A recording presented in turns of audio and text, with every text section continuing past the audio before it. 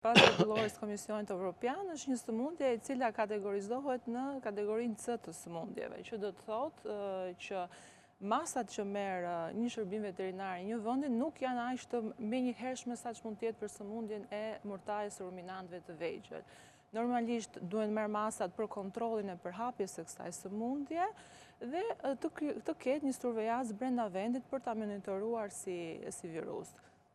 Sëmundja e gjuhës blu transmetohet kryesisht përmes mushkojnjave te kafshët e ruminantëve të vegjël dhe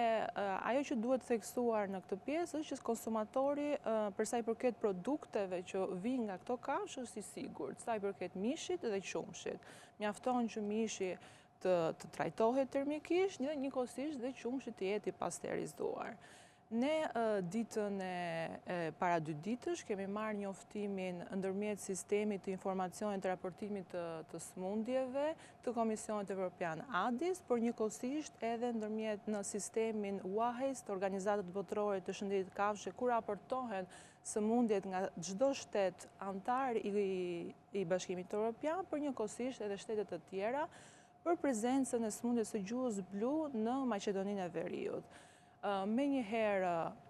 në bazë të nenit 43 të ligjit të shërbimit veterinar, ne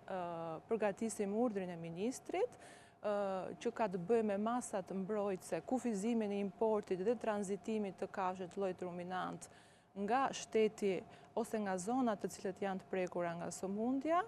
dhe njëkohësisht edhe ndalimin e importit dhe tranzitimit të materialit biologjik nga që vijnë nga këto kafshë.